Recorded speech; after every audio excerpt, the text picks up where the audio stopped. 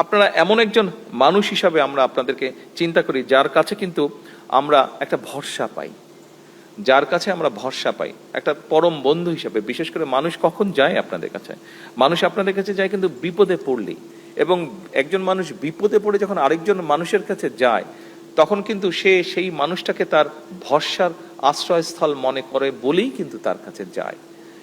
সেরকম একটি পরিস্থিতিতে মানুষ আপনাদের কাছে যায়। চিকিৎসকগণই কিন্তু রোগে শোকে কাতর মানুষের পরম বন্ধু হয়ে ওঠেন। এবং এই কথাটি আমি আমার জীবনেও এটি উপলব্ধি করেছি।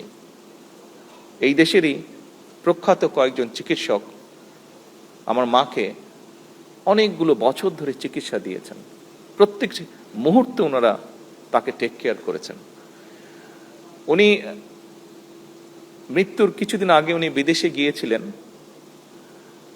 এখানে ডিবেট হচ্ছিল আমাদের মধ্যে যে আবার ওনাকে নিব কি নিব না, নিব কি নিব না।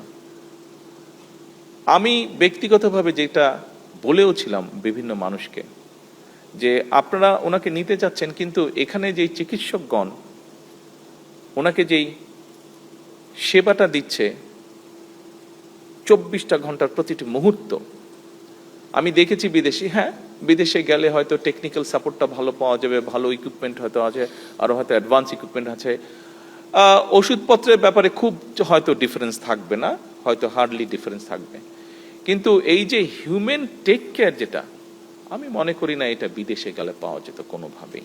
যেই সেবাটা ওনার জীবনের শেষ দিন না, আমি বলবো শেষ মুহূর্ত পর্যন্ত, শেষ মুহূর্তে আমার আল্লাহ তৌফিক দিয়েছিলেন, আমি সেখানে থাকতে পেরেছিলাম। আমি দেখেছি সেই মানুষগুলো কিভাবে ওনাকে সেবা দিয়েছেন, কিভাবে শুশ্রূষা করেছেন ওনার।